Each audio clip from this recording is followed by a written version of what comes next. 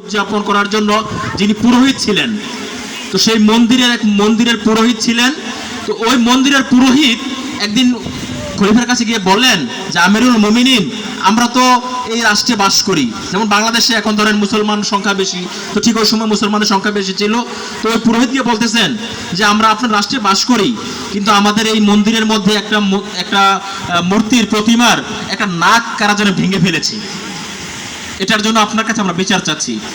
তো ওই মুসলমান শাসক বললেন যে বাবা, আপনি যে বিচারটা আমাকে দিয়েছেন, আমাকে 2 দিন সময় দেন, আমি এটার সূক্ষ্ম বিচার করব যে কারা এই কাজটা করলো।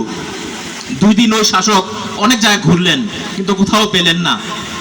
তো এরপর দিন উনি একটা তরবারি নিয়ে ওই মন্দিরের পুরোহিতের কাছে গেলেন, গিয়ে বললেন যে বাবা, আপনি এই যে পূজা করতেছেন, এখানে নিরাপত্তা দেওয়ার দায়িত্ব আমার শাসক হিসেবে ছিল, আমি দেশের রাজা, আমার শাসক হিসেবে দায়িত্ব ছিল আমার আপনার এটাকে পাহারা দেওয়া, কিন্তু আমি দিতে পারি নাই।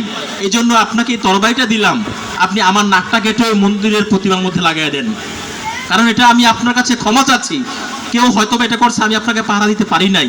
তো সুতরাং আমরা এটা বিশ্বাস করি, আপনিও বাংলাদেশি, আমিও বাংলাদেশি।